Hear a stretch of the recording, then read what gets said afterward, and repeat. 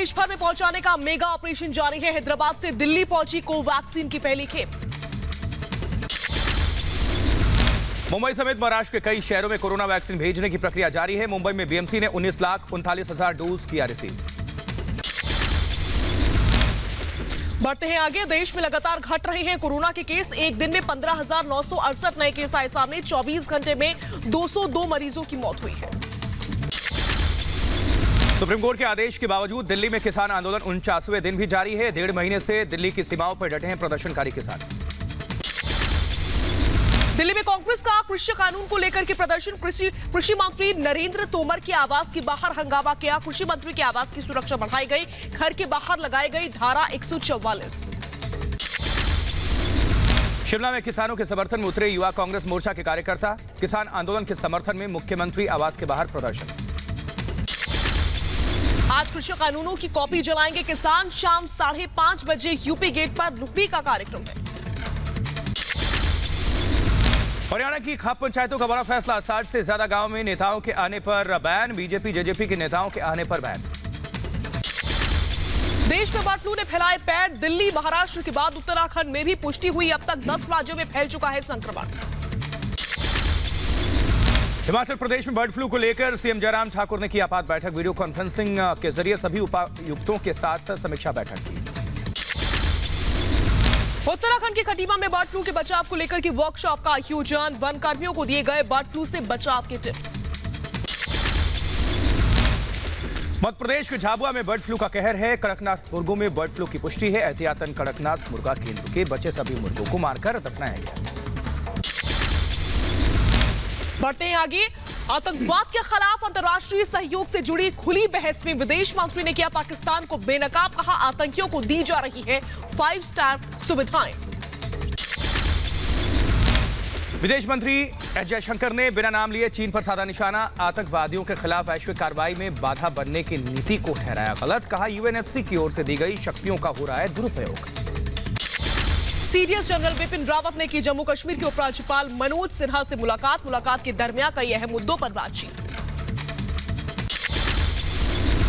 कानपुर में SP MLC के खिलाफ कार्रवाई। कमलेश पाठक का मकान गिराने की तैयारी। सरकारी जमीन पर कब्जे का आरोप है और यह हत्याकांड में भी आरोपी है कमलेश। विधान परिषद चुनाव को लेकर के एसपी अध्यक्ष अखिलेश यादव ने बुलाई बैठक। पार्टी के सभी विधायकों को बुलाया गया लखनऊ। जयप्रदा पर अभद्र टिप्पणी मामले में सांसद आजम खान के बेटे अब्दुल्ला को मिली जमानत। आजम के खिलाफ 2 जुलाई 2019 को दर्ज कराया गया था केस। बढ़ते हैं आगे। कर्नाटक मंत्रिमंडल का आज विस्तार होना है। अरविंद लिम्बावली समेत 7 लोग बन सकते हैं मंत्री। शाम 4 बजे शपथ ग्रहण समारोह। त्रिपुरा में एनएलएफटी के 4 उग्रवादी गिरफ्तार हुए। हथियारों के साथ कई महत्वपूर्ण दस्तावेज भी बरामद हुए। केंद्रीय मंत्री श्रीपद नाइक की हालत स्थिर बताई जा रही है। गोवा मेडिकल हॉस्पिटल में दिल्ली के एम्स में से शिफ्ट किया जा सकता है। सड़क हादसे में गंभीर रूप से घायल हुए थे। 2 दिवसीय गोरखपुर महोत्सव का आगाज समापन होना है। समापन कार्यक्रम में मौजूद रहेंगे सीएम योगी आदित्यनाथ। बाबरी विध्वंस मामले में इलाहाबाद हाईकोर्ट में सुनवाई। आज रिवीजन याचिका पर होगी सुनवाई। वरिष्ठ बीजेपी नेता लालकृष्ण आडवाणी और मुरली मनोहर जोशी समेत 32 को सीबीआई कोर्ट ने बरी किया था। बिहार में फिर उठे कानून व्यवस्था पर सवाल। पटना में इंडिगो के मैनेजर की हत्या से सनसनी। बाइक सवार बदमाशों ने गोली मारकर की हत्या। यूपी के आगरा में पुलिस मुठभेड़ में 2 बदमाश घायल हो गए। आज को किया गया गिरफ्तार। पकड़े गए सभी बदमाश हाथरस के कालिया गैंग के सदस्य हैं। अवैध हथियार भी इनके पास से बरामद हुआ है। उत्तर प्रदेश के फिरोजाबाद में बहनोई ने मारी साले को गोली। युवक की हालत नाजुक। शादी में मोटरसाइकिल नहीं मिलने से नाराज था बहनोई। यूपी के मऊ में पूर्व प्रधान के भतीजे की गोली मारकर हत्या कर दी गई। प्रधान की हत्या में गवाह था भतीजा। 1 साल पहले प्रधान की गोली मारकर हत्या की गई थी। मुजफ्फरपुर में बैंक लूट की कोशिश नाकाम। पुलिस ने अवैध हथियार और बाइक के साथ 3 बदमाशों को किया गिरफ्तार। बिहार के दरभंगा में जन्मदिन के जश्न में गैंग वॉर हुआ। फायरिंग के दौरान एक युवक को गोली लग गई। वर्चस्व की लड़ाई में जॉन्टी सिंह और रौनक सिंह के बीच गोली चली। वहीं नोएडा में बोटैनिकल बस स्टैंड के पास युवक का शव मिलने से सनसनी। पुलिस ने पोस्टमार्टम के लिए शव को भेजा है। जांच कर रही है पुलिस। यूपी के संभल में शिक्षक की संदिग्ध मौत से हड़कंप मच गया है। मौके से सुसाइड नोट बरामद किया गया है। कर्ज से तंग आकर आत्महत्या की आशंका है।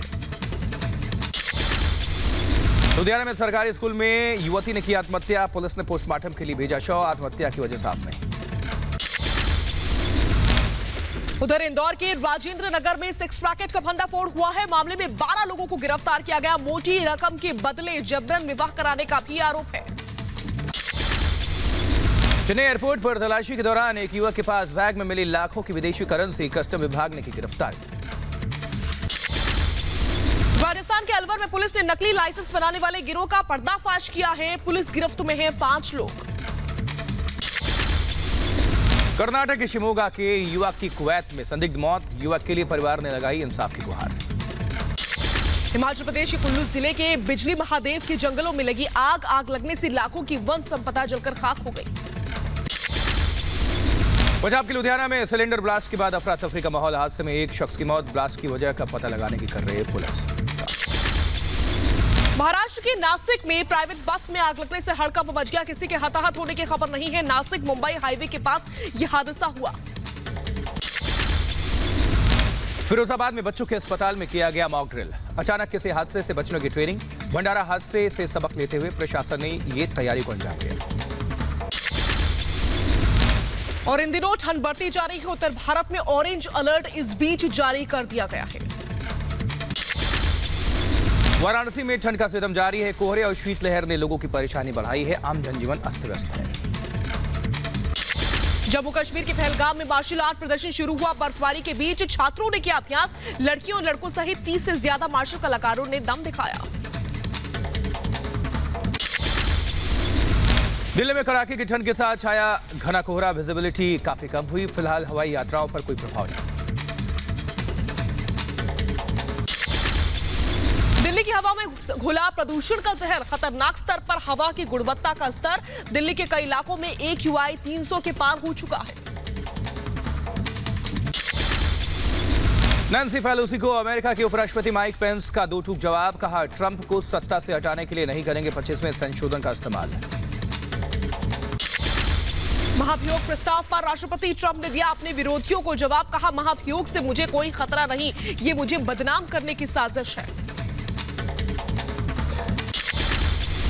अमेरिकी विदेश मंत्री माइक पोम्पियो का बयान। बोले, अलकायदा का नया गढ़ बने ईरान के आतंकी संगठन। पोम्पियो ने कहा, अलकायदा के कई कमांडर तेहरान में छुपे हुए हैं।